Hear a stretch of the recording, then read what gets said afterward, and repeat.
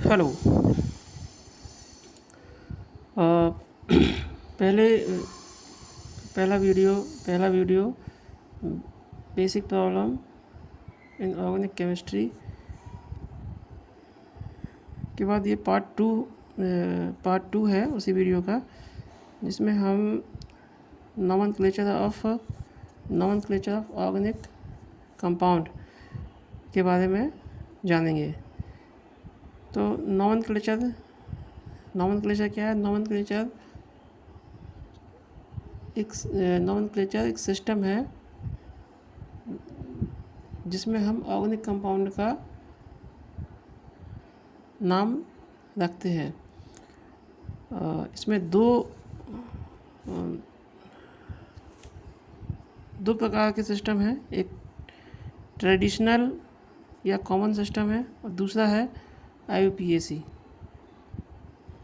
IUPAC means international union of pure and applied chemistry. बहुत सारे organic compound होते हैं। इन कंपाउंड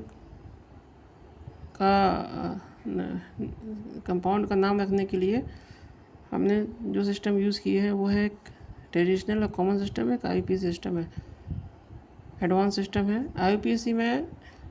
IUPAC सिस्टम में हम कार्बन के स्ट्रक्चर के अकॉर्डिंग उसका नामकरण करते हैं। अब हम बात करेंगे IUPAC नॉमेनक्लेचर की।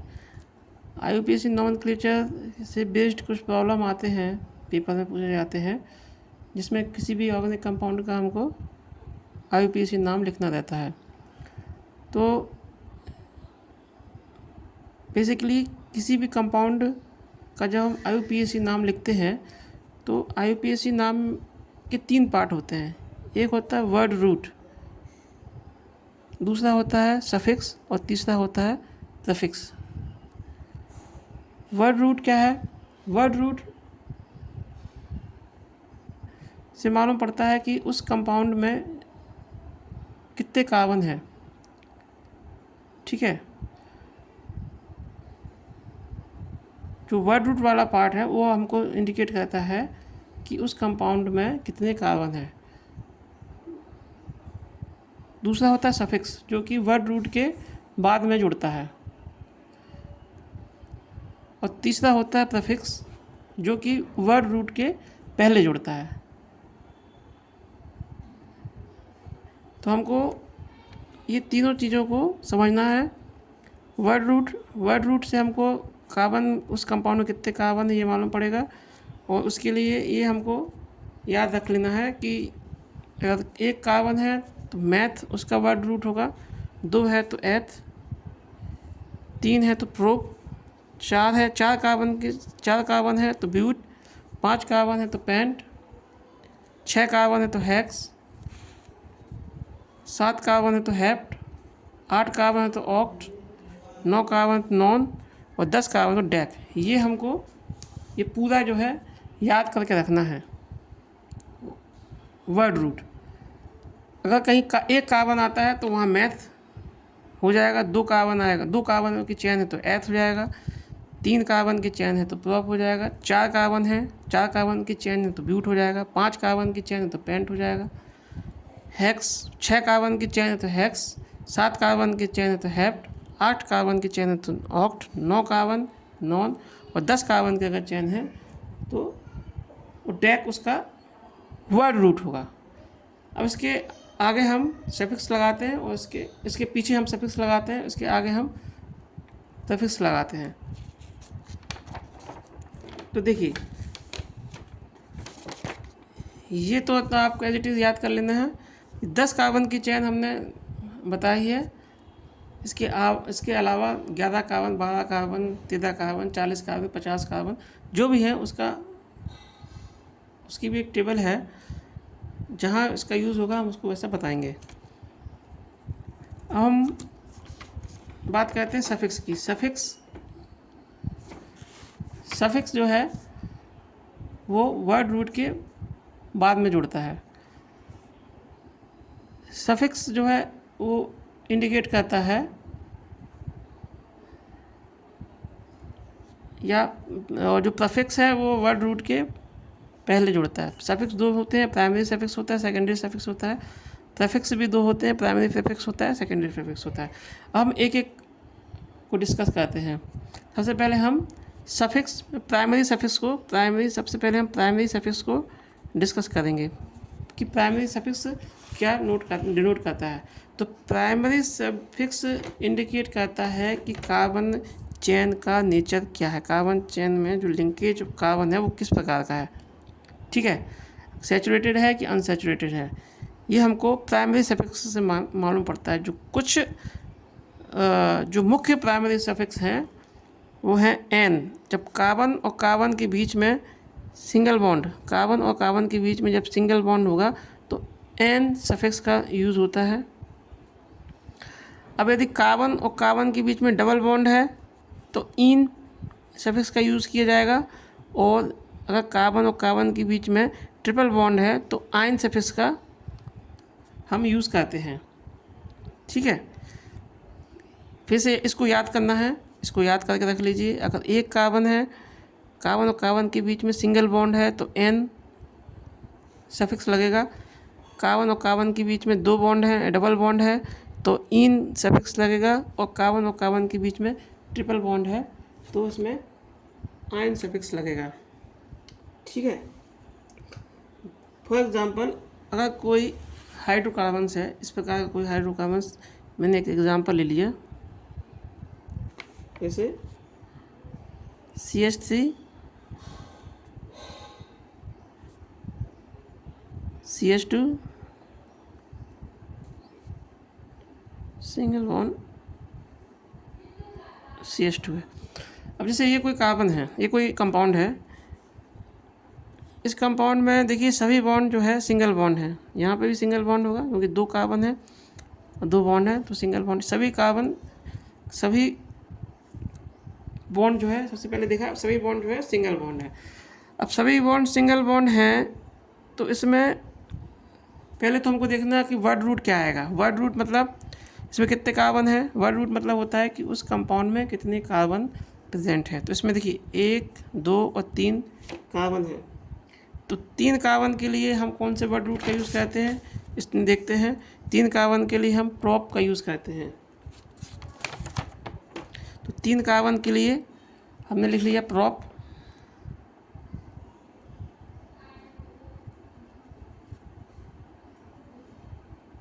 प्रॉप हो गया। अब देखिए मैंने बताया कि अगर सिंगल कार्बन और कार्बन के बीच में सिंगल बॉन्ड है, कार्बन और कार्बन के बीच में सिंगल बॉन्ड है, कहीं कोई डबल बॉन्ड नहीं है, तो वहाँ पे एन सफिक्स लगेगा। तो इसमें देखिए कोई भी डबल बॉन्ड नहीं है तो यहाँ पे इसका प्लस ANE एन हो जाएगा। तो क्या बन जाएगा ये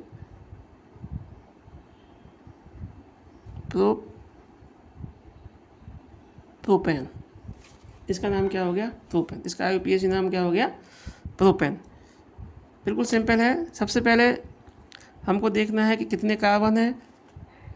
उस कार्बन के नंबर के हिसाब से हम उसका वर्ड रूट निकाल लेते हैं इस टेबल से। ये हमको याद कर लेना है टेबल। इस टेबल के हिसाब से हम उसका वर्ड रूट निकालेंगे।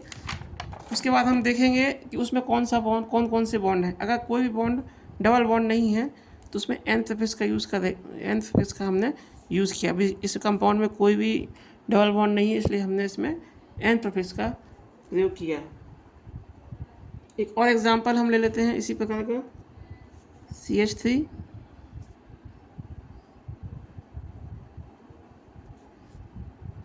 सिंगल बॉन्ड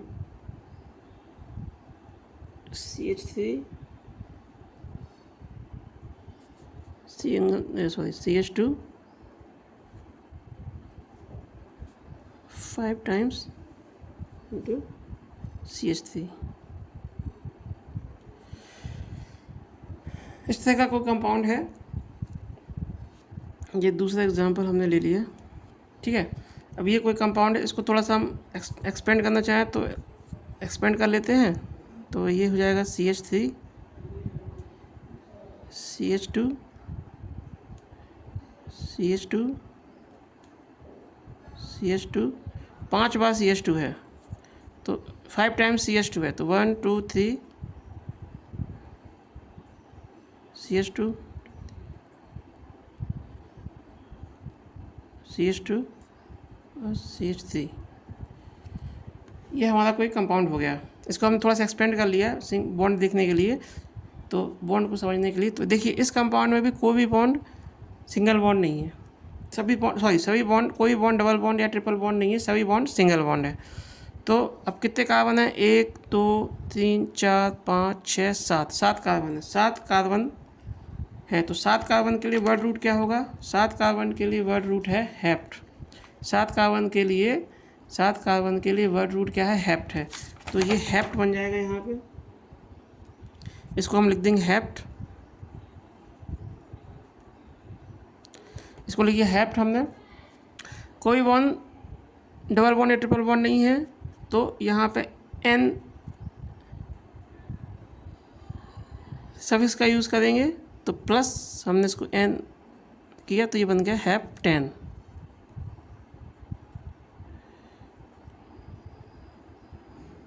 हेप्टेन ये बन गया क्या? हेप्ट। एन सब सफिक्स लगा दिया इसमें। हेप्ट 7 कार्बन है तो हेप्ट आ गया, और कोई भी बॉन्ड सभी बॉन्ड सिंगल बॉन्ड है तो एन आ गया, और ये हो गया हेप्टेन। ठीक है, तो ये याद रखना ज़रूरी है। सिंगल बॉन्ड, अगर सिंगल बॉन्ड सभी बॉन्ड सिंगल बॉन्ड है तो एन सफिक्स लगेगा, सभी बॉन्ड डबल बॉन्ड है तो इन सफिक्स लगेगा, और सभी बॉन्ड कोई भी बॉन्ड ट्रिपल बॉन्ड है तो आइन सफिक्स लगेगा। अब और एक एग्जांपल हम देखते हैं इसमें।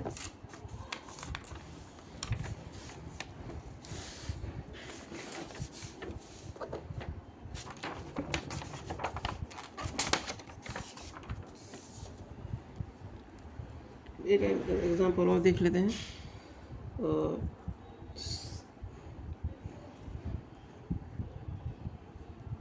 CH2 double bond CH single bond CH3। अब देखिए ये एग्जांपल और मैंने ले लिया। तीसरा एग्जांपल है, इसमें देखिए 3 कार्बन है तो 3 कार्बन के लिए हम यूज़ कर रहे हैं क्या? 3 कार्बन के लिए टेबल में प्रोप का यूज़ करते हैं, तो हमने प्रोप लिख लिया इसमें। ठीक है, 3 कार्बन तो प्रोप लिख लिया। अब इसमें देखिए एक बॉन्ड डबल बॉन्ड है, एक बॉन्ड डबल बॉन्ड है, तो इसमें डबल बॉन्ड के लिए अपन लगाते हैं इन।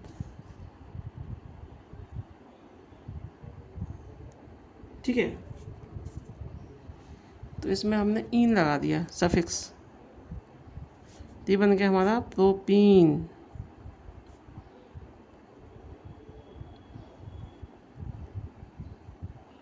ये बन गया क्या? प्रोपीन। ठीक है,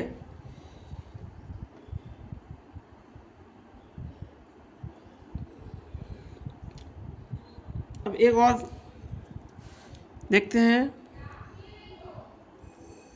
कंपाउंड लिया मैंने CH2 double bond CH single bond CH double bond CH2। अब ये एग्जांपल है। अब इसमें देखिए कितने कार्बन है? 1 2 3 4, 4 कार्बन की सीरीज। 4 कार्बन है तो 4 कार्बन के लिए हम यूज़ करते हैं ब्यूट।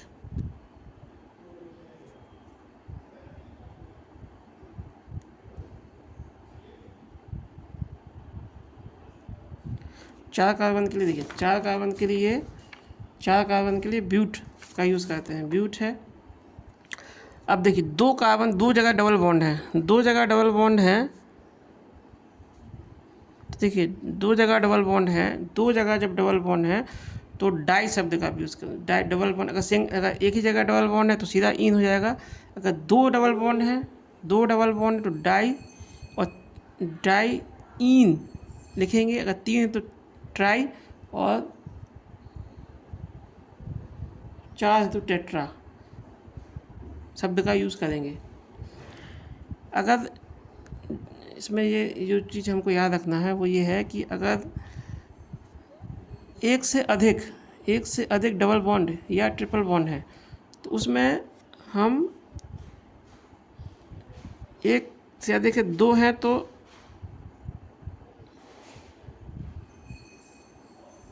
डाई, तीन है तो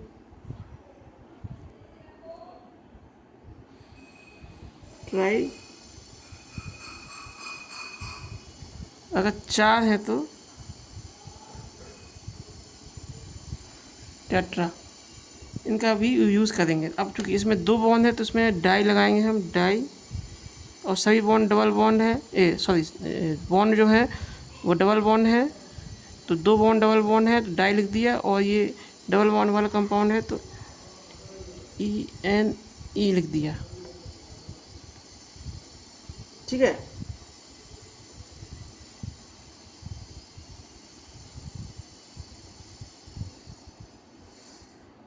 अब इसमें एक चीज़ और हमको याद रखनी है कि जो वर्ड रूट है इसमें हम एडिशनल एक ए का यूज़ भी करेंगे, ए का यूज़ भी करेंगे।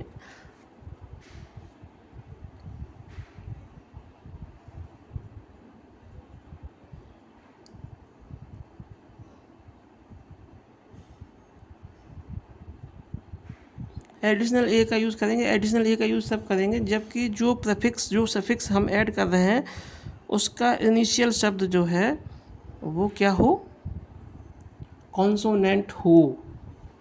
अगर इनिशियल जो सफिक्स हम यूज़ कर रहे हैं अगर वो उसका इनिशियल वर्ड कॉन्सोनेंट है, यानी कि वॉवल्स के अतिरिक्त ए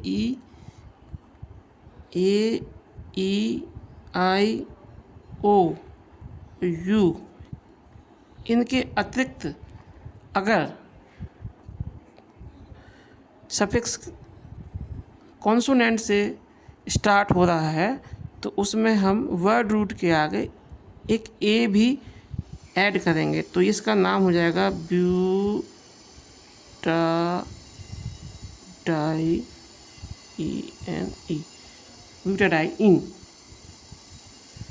तो यहाँ पे दो बातें आपको याद रखनी है कि पहला तो ये है कि डबल बॉन्ड या ट्रिपल बॉन्ड किसी भी चेन में डबल बॉन्ड या ट्रिपल बॉन्ड एक से अधिक हों तो उनकी संख्या को हम डिनोट करने के लिए डाई, ट्राई और टेट्रा शब्द का यूज़ करते हैं। अगर दो हैं तो दो डबल बॉन्ड है तो डाई शब्द का यूज़ करेंगे, और तीन डबल बॉन्ड है या ट्रिपल बॉन्ड ट्राई, और चार डबल बॉन्ड या ट्रिपल बॉन्ड प्रेजेंट है तो उसमें हम टेट्रा शब्द का यूज़ करेंगे, पहली बात। दूसरी बात यह है कि जब भी हम कोई भी सफिक्स को वर्ड रूट से ऐड करेंगे और वो सफिक्स यदि वॉवल्स के अतिरिक्त या ए ई आई ओ यू ये वॉवल्स हैं, इनके अतिरिक्त किसी दूसरे शब्द से स्टार्ट हो रहा है तो वर्ड रूट में एडिशनल ए का भी उपयोग करेंगे। ठीक है, इसका एक एग्जांपल अभी हम और ले लेते हैं। ये हम 5वां लेते हैं।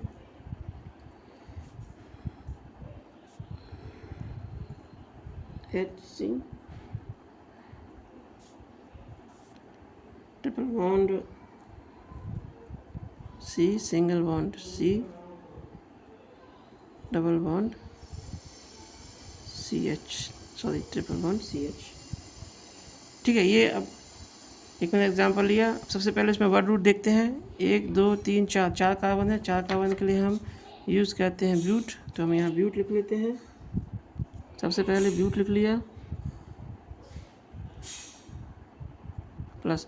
अब देखिए यहाँ पे ट्रिपल बॉन्ड है, वो भी 2 हैं, तो ट्रिपल बॉन्ड के लिए 2 के लिए डाई, और ट्रिपल बॉन्ड के लिए आइन का यूज़ करते हैं YNE। ट्रिपल बॉन्ड के लिए आइन शब्द का यूज़ करते हैं, और ये जो सफिक्स है वो AEIOU यानी कि वॉवल्स के अतिरिक्त है शब्द से स्टार्ट होता है, इसलिए इसमें एडिशनल ए भी लगाएंगे।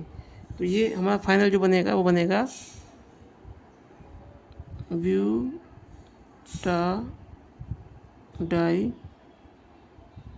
इन, ब्यूटाडाइइन, ये हमारा फाइनल बन गया, कंपाउंड का नॉमेनक्लेचर हो गया ब्यूटाडाइइन, इस प्रकार का ब्यूटाडाइइन हो गया।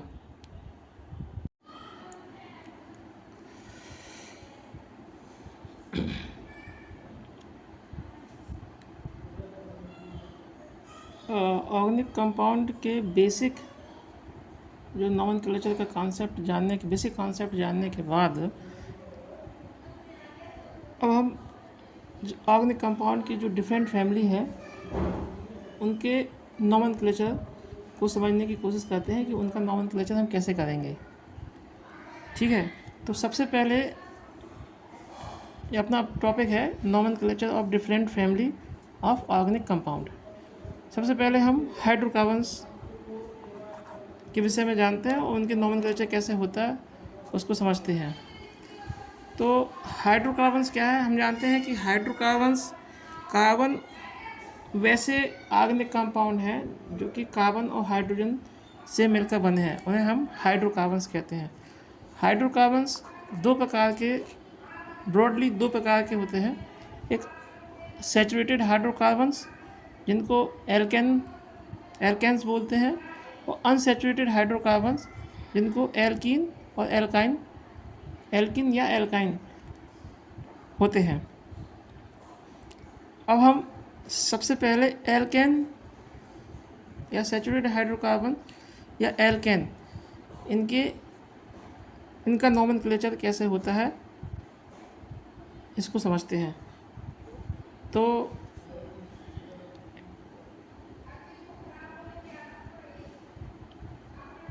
एल्केन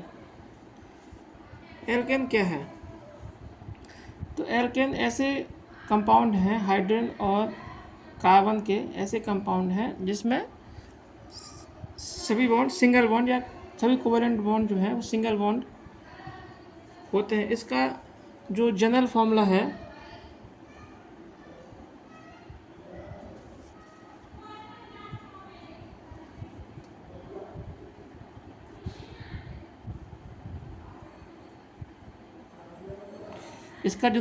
है वो है CnH2n+2। ठीक है, एल्केन्स क्या है? एल्केन्स कार्बन और हाइड्रोजन के ऐसे ऑर्गेनिक कंपाउंड हैं जिसमें सभी कोवेलेंट बॉन्ड सिंगल बॉन्ड होते हैं। ठीक है, इसका एक जनरल फार्मूला होता है CnH2n+2, जहाँ पे n जो है कोई भी नंबर हो सकता है, n = 1 2 3 कंटिन्यूस।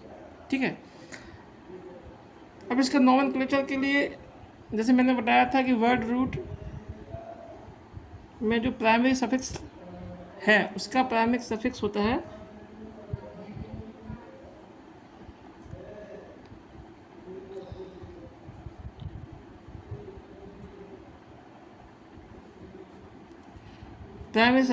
इसमें n, ये मैं पहले ही बता चुका हूँ। ठीक है, इसका प्राइमरी सफिक्स n होता है। फॉर एग्जांपल जैसे n = 1 ले लिया, यहाँ पे n = 1 लिया तो कंपाउंड क्या बनेगा? एक कंपाउंड हम बना लेते हैं, यहाँ पे रखेंगे n की वैल्यू, तो CN1 है 1CH4, ये हो गया CH4। इसका नॉमेनक्लेचर कैसे करेंगे IUPAC में?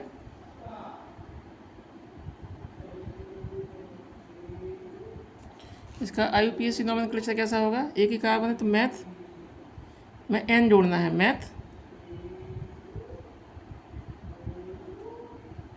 प्लस n, ये बन जाएगा मैथेन।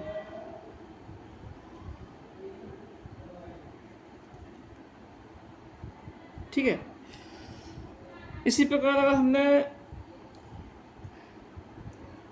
कार्बन नंबर यहाँ पे n 4 ले लिया, four, n is equal to अगर 4 रखें तो जो हमारा कंपाउंड क्या बनेगा, इसको हम बोल देते हैं बी। तो C4H10 C4H10 बनेगा। C4H10 बनेगा। तो इसका अगर नोमेनक्लेचर करें तो C4 मैथ एथ तो ब्यूट, 4 कार्बन के लिए ब्यूट लेता है, ब्यूट प्लस इसमें N जोड़ देंगे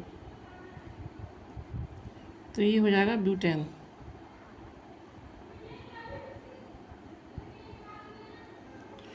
ठीक है। तो यहाँ पे हमको एल्केन्स एक जनरल फार्मूला याद रखना है, जिसका जनरल फार्मूला CnH2n+2 होता है। n कोई भी नंबर हो सकता है, 1 2 3 4। और इसका जब हम नोमेनक्लेचर IUPAC नोमेनक्लेचर करेंगे तो जो हमारा वर्ड रूट है उसके आगे, उसके पीछे जो है सफिक्स में, प्राइमरी सफिक्स में NANE शब्द का यूज़ करते हैं। मैंने एग्जांपल से अपन ने समझ लिया इसको। अब इसमें एक और चीज़ है जानना है अपने को, वो होता है एल्किल ग्रुप।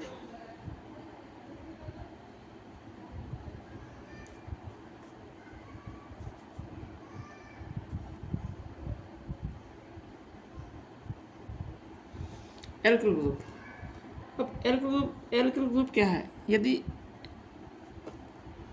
एल्केन में से एक हाइड्रोजन का एटम, एक हाइड्रोजन का मॉलिक्यूल अगर कम कर दें तो वो एल्किल ग्रुप कहलाता है। कैसा? यदि एल्केन का जनरल फार्मूला है, इस फार्मूले में से एक हाइड्रोजन का मॉलिक्यूल अगर हम कम कर दें तो वो एल्किल ग्रुप कहलाता है। तो इसका अगर हम जनरल फार्मूला लिखें एल्किल ग्रुप का तो क्या बनेगा?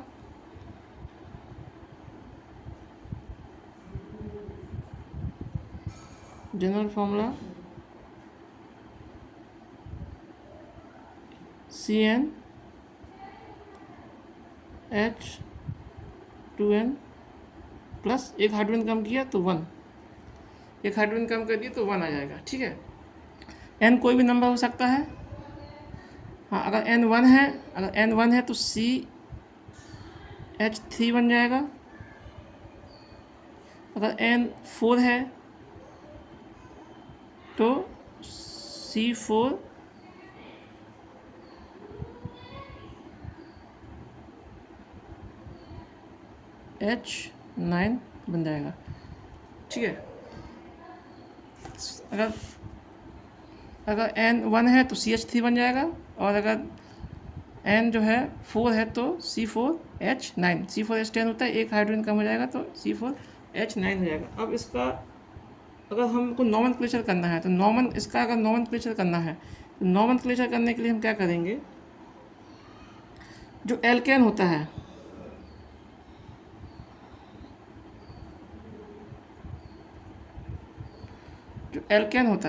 एल्केन में से हम ANE इसको हटा देंगे,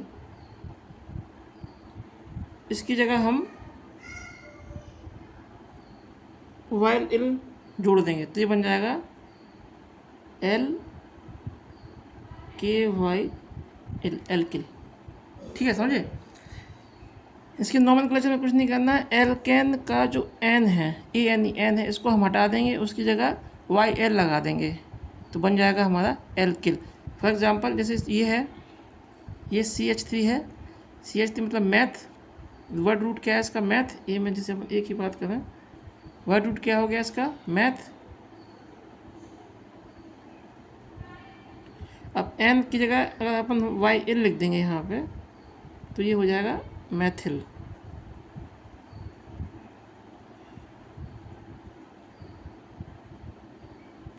ये हो गया मैथिल। वैसे ये है B है, इसका अगर हम बनाना चाहें तो ब्यूट आएगा, इसका word root bute. Plus Y L लिखेंगे तो ये बन जाएगा क्या, ब्यूटिल। ब्यूटिल, ठीक है, मैथिल और ब्यूटिल सिंपल है। एल्किल ग्रुप इसको याद रख लेना है। फिर से एक बार रिपीट कर दें। एल्किल ग्रुप में एल्किल ग्रुप का जो एल्केन का में जो एक हाइड्रोजन मॉलिक्यूल को अगर हम कम कर दें तो एल्किल ग्रुप कहलाता है। इसका जनरल फॉर्मूला है वो है CnH2n प्लस 1, है ना। अब इसको जब नॉमेनक्लेचर करेंगे तो नॉमेनक्लेचर करने के लिए मैथ एल्केन में से एन को हम हटा देंगे और वहाँ पे इल जोड़ देंगे तो ये बन जाएगा एल्किल। जैसे CH3 है तो इसका एक कार्बन है तो मैथ आएगा इसका वर्ड रूट, और उसमें एन की जगह इल कर दिया तो मैथिल बन गया। वैसे ही C4H9 है, यहाँ पर फोर कार्बन है तो 4 कार्बन का ब्यूट आ जाएगा वर्ड रूट, प्लस इसमें इल जोड़ दिया हमने YL तो ये बन गया ब्यूटिल, ठीक है। अब हम जो सैचुरेटेड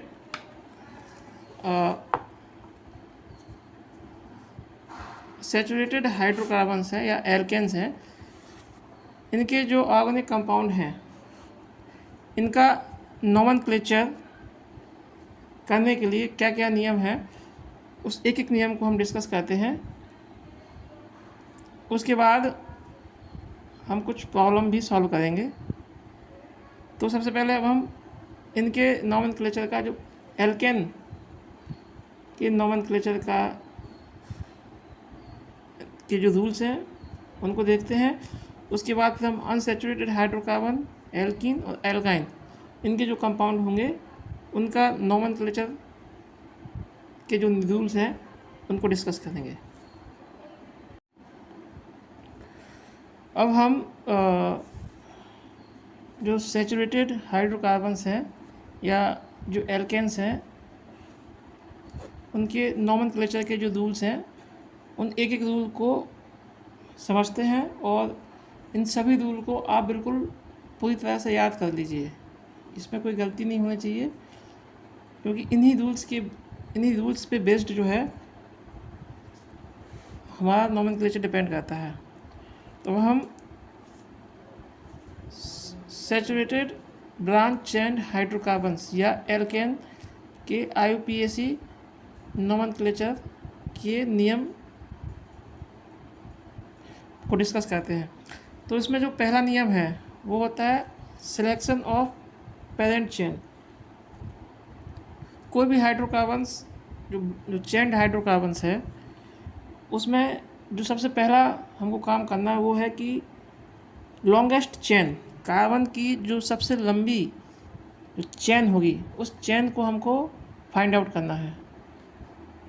फॉर एग्ज़ाम्पल जैसे कोई कंपाउंड, कोई चेन, कोई ब्रांच हाइड्रोकार्बन है, जैसे CH3,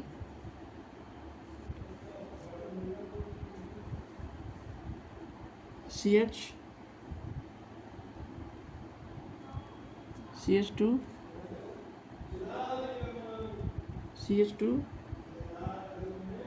C, CH2, CH3, CH3, CH3, CH3, ठीक है।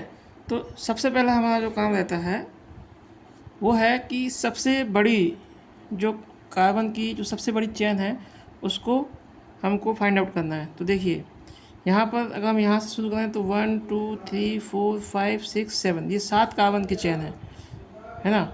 तो ये हमारी पेरेंट चेन हो गई, इसको हमने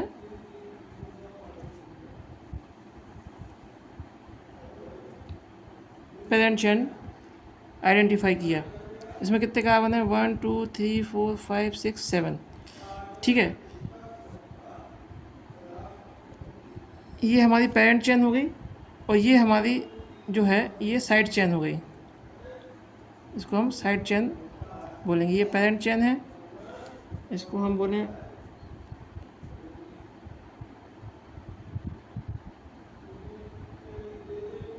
पेरेंट गेस्ट, ये हुई पेरेंट लॉन्गेस्ट चेन। और ये क्या हुए हमारे side chain.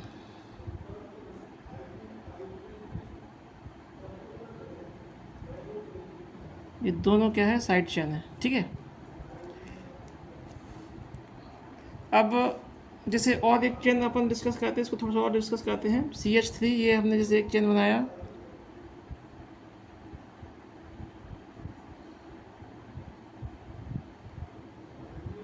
CH3, CH2,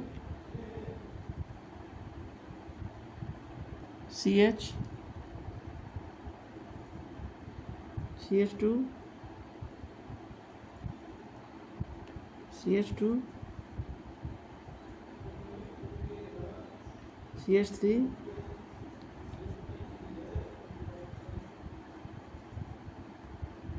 CH2,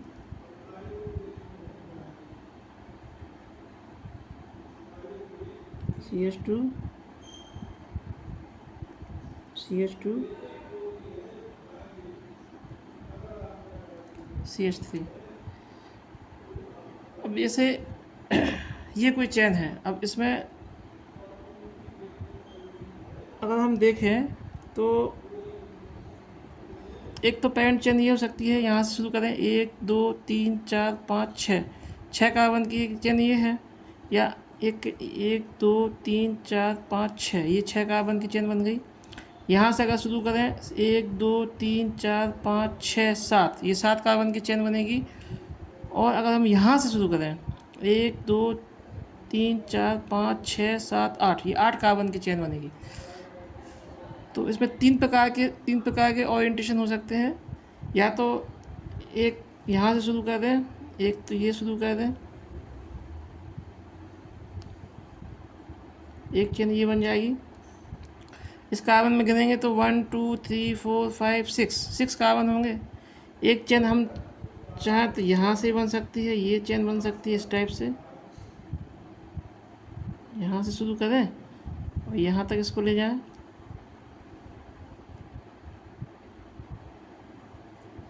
ठीक है, तो इसमें कितने कार्बन होंगे, 1 2 3 4 5 6 7, इसमें 7 कार्बन हुए। एक कॉम्बिनेशन ये भी पॉसिबल है कि एक कॉम्बिनेशन हम यहाँ से शुरू करें, इस इधर से शुरू करें, यहाँ से शुरू किया हमने और इसको ये ऐसा घुमाया, ऐसा घुमा के यूँ लिया। इस चेन को सिलेक्ट कर लें, इस चेन को सिलेक्ट कर लें तो इसमें कितने कार्बन होंगे, 1 2 3 4 5 6 7 8, इसमें 8 कार्बन होंगे। तो हमारा रूल्स जो बोलता है वही बोलता है कि हमको सबसे लंबी जो कार्बन की चेन बनेगी उसको ही जो है पेरेंट चेन मानना है। तो हमारी पेरेंट चेन बनेगी वो 8 कार्बन वाली बनेगी, या इसको हम बोलेंगे पेरेंट चेन। इसको थोड़ा सा और लिख लें, CH3, CH2, CH, CH2, CH2, CH3, CH2, CH2, CH2, CH3, 1 2 3 4 5 6 7 और ये 8। ये 8 कार्बन की जो चेन है ये हमारी सबसे अधिक कार्बन, इसमें सबसे अधिक कार्बन कंटेंट चेन है, इसलिए ये हमारी पेरेंट चेन कहलाएगी। तो पहला रूल जो है वो ये बोलता है कि कोई भी branch chain hydrocarbon, saturated hydrocarbon या एल्केन्स हैं, उसमें सबसे पहले उस पेरेंट चेन को आइडेंटिफाई करना है, और पेरेंट चेन उस कंपाउंड में सबसे लंबी कार्बन की चेन होगी या कार्बन के सबसे अधिक एटम मॉलिक्यूल उसमें होंगे। ये तो हो गया हमारा पहला रूल। अब इसी में एक ये तो हो गया लॉन्गेस्ट चेन वाला। अब लॉन्गेस्ट चेन में अगर एक से अधिक लॉन्गेस्ट चेन आ रही है,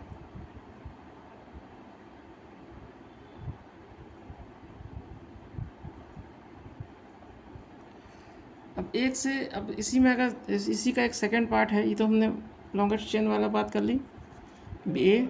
अब इसी में अगर दूसरा पार्ट है, अब मान लीजिए बी इसका बी पार्ट क्या बोलता है। अब मान लीजिए कोई कंपाउंड है, उसमें से हमने लॉन्गेस्ट चेन आइडेंटिफाई की। अब मान लीजिए उसमें कि दो सेम लेंथ या सेम कार्बन मॉलिक्यूल की दो लॉन्गेस्ट चेन हमने आइडेंटिफाई की, तब उसका नोमेनक्लेचर हम कैसे करेंगे। ठीक है, अगर एक ही लॉन्गेस्ट चेन बन रही है तो एज सिंपल एज ऐसे करेंगे। बट अगर सेम लेंथ की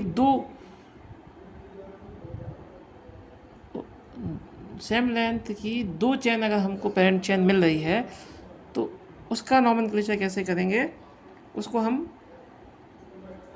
इसी के बी रूल में देखते हैं। फॉर एग्जांपल कोई ये चेन है,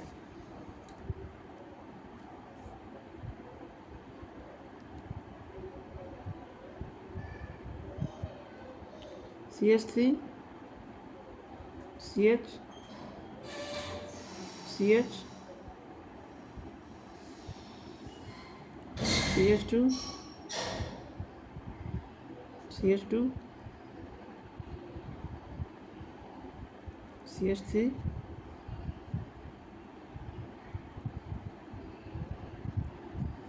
CH3 CH2 CH3। ठीक है, अब ये कोई उदाहरण है, हमारे पास एग्जांपल है। अब ये कोई कंपाउंड है। अब सबसे पहले तो हमको इसमें से लॉन्गेस्ट चेन आइडेंटिफाई करना है। ठीक है, लॉन्गेस्ट चेन आइडेंटिफाई करने के लिए हमारे पास एक तो चेन ये है, 1 2 1 2 3 4 5 6 कार्बन की एक चेन ये है। ठीक है, इसको हम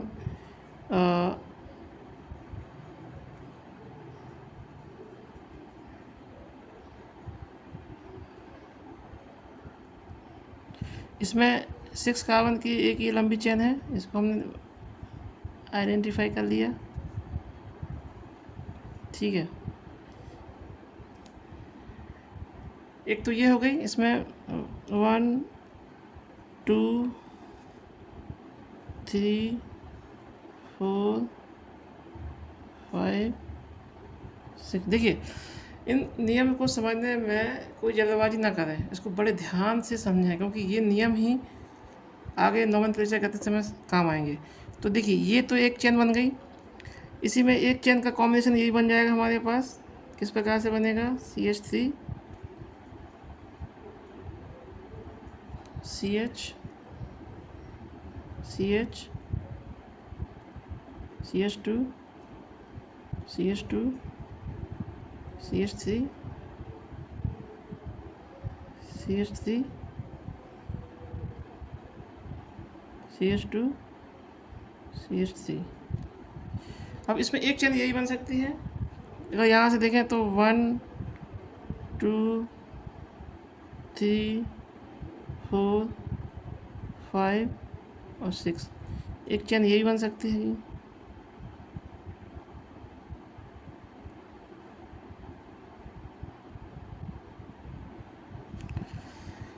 तो इस एग्जांपल में same carbon length carbon molecule की दो चेन बन रही है, इनकी सेम लेंथ है। इसमें भी 6 कार्बन है, इसमें भी 6 कार्बन है, इसमें भी 6 कार्बन है। तो अब हम किस चेन को पेरेंट चेन मानेंगे, तो उसको देखने के लिए हमको ये देखना है कि हमारे पास कितनी साइड चेन है। जहाँ पर साइड चेन ज़्यादा होगी, जिस चेन में साइड चेन ज़्यादा होगी उस चेन को हमको पेरेंट चेन सेलेक्ट करना है। कैसे? अगर हम इधर लें, इधर इसको देखें तो इसमें दो साइड चेन है, एक साइड चेन ये है और इसमें एक साइड चेन ये है, ठीक है, इसमें दो साइड चेन है। और अगर इसी में देखें, इस चेन में बात करें हम, तो इसमें एक ही साइड चेन है।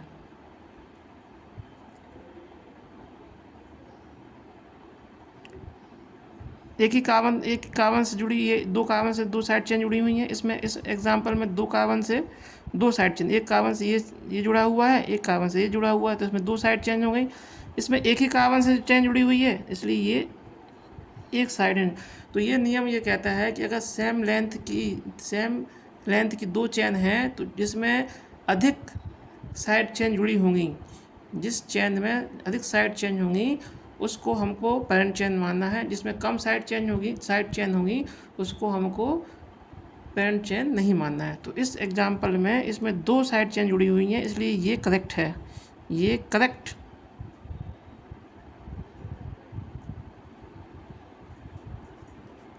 करेक्ट पेरेंट चेन बनेगी और ये हमारी रॉन्ग पेरेंट चेन बनेगी।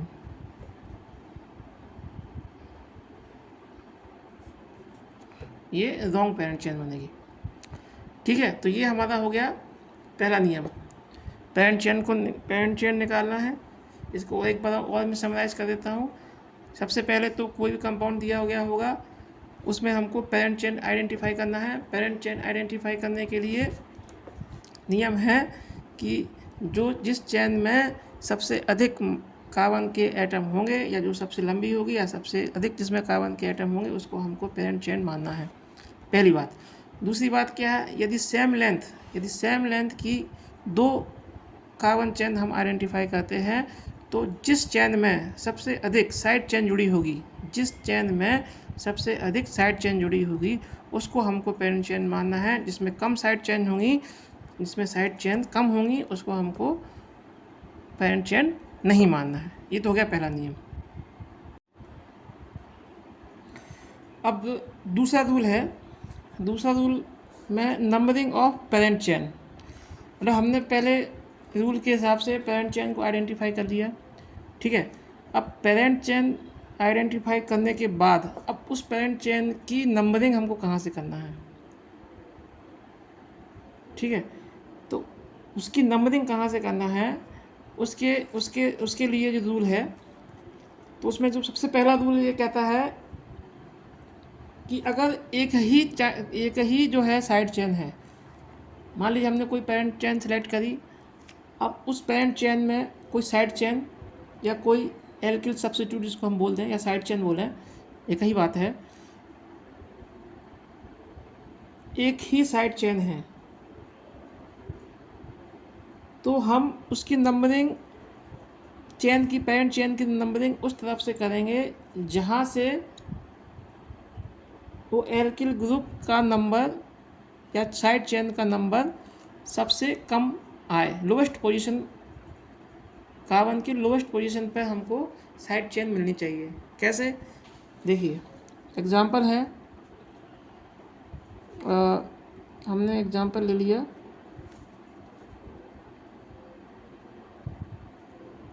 CH3 CH2 CH CH2 CH3।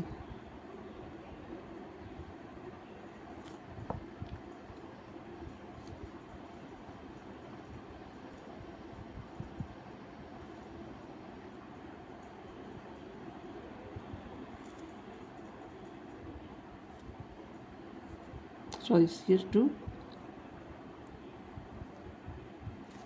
CH3, यहाँ पे हमने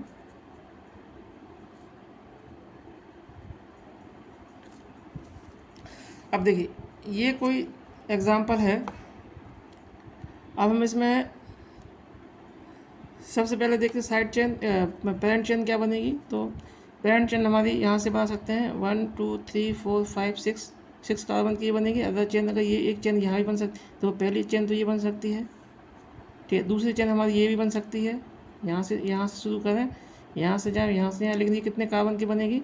1 2 3 4 5, ये 5 कार्बन की बनेगी। तो लॉन्गेस्ट क्या बनेगी? 6 कार्बन। 6 कार्बन वाली कौन सी है? 1 2 3 4 5 6, ये 6 कार्बन की हमारी लॉन्गेस्ट चेन ये बनेगी।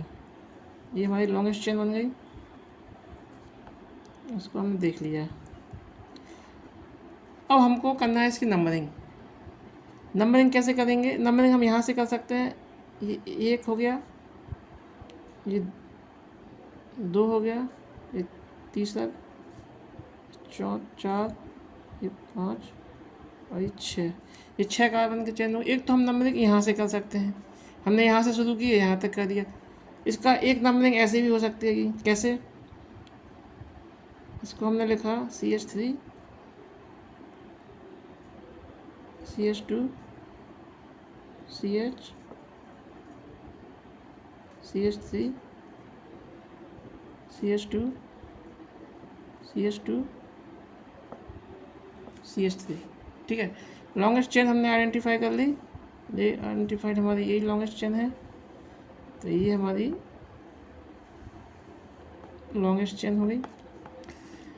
यहाँ से हमने यहाँ से नंबरिंग की थी, अब हम यहाँ से नंबरिंग कर सकते हैं इसकी, ये भी पॉसिबल है। 1 2 3 4 5 6, एक नंबरिंग यहाँ से भी हो सकती। अब इन दोनों प्रकार के अगर हमने नंबरिंग की है, इसमें करेक्ट कौन सी है? तो इस रूल के अकॉर्डिंग अगर सिंगल चेन है, सिंगल साइड चेन है, तो सिंगल चेन में हमको लोवेस्ट पोजीशन, जहाँ पर साइड चेन की लोवेस्ट पोजीशन होगी, उसको हमको सिलेक्ट करना है। तो अब इसमें देखते हैं, इसमें तीसरे नंबर पर जुड़ा हुआ है CH3, ये साइड चेन है, CH3 ये साइड चेन है,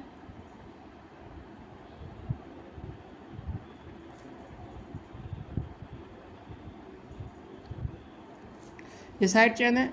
इसकी लोएस्ट, इसकी पोजीशन क्या है? 3 कार्बन, तीसरी इस नंबरिंग के हिसाब से तीसरे पे आएगा, इस नंबरिंग के हिसाब से ये चौथे पे आ जाएगा। ये साइड चेन ये चौथे पे आएगा, ठीक है। इस नंबरिंग के हिसाब से तीसरे पे, तो लोवेस्ट कौन सा है? 3 लोवेस्ट है, इसलिए ये वाला जो है करेक्ट है, इसको हम बोलेंगे करेक्ट। ये करेक्ट है और ये रॉन्ग है, ठीक है। तो ये रूल जो कहता है, इस रूल का numbering of the parent chain हम बात कर रहे हैं। इसमें हमने इसका ए रूल लिया सिंगल साइड चेन के लिए। अगर कोई सिंगल साइड चेन, अगर पेरेंट चेन में कोई सिंगल एक ही साइड चेन जुड़ी हुई है, तो जो नंबरिंग हम करेंगे, हम नंबरिंग उस तरफ से करेंगे जहाँ पर साइड चेन की पोजीशन लोवेस्ट हो, लोवेस्ट कार्बन पे है। एग्जाम्पल हमने समझाया, एग्जाम्पल में ये 2 प्रकार से नंबरिंग हो सकती थी, या तो यहाँ से करते या तो यहाँ से करते, लेकिन लोवेस्ट नंबर यहाँ पे साइड चेन जो है वो 3 नंबर पे जुड़ी है, यहाँ पे साइड चेन जो है 4 नंबर पे जुड़ी है, तो जो 3 है वो लोवेस्ट है, इसलिए करेक्ट होगी, इसलिए ये हमारी करेक्ट होगी और ये वाली हमारी गलत होगी। ओके।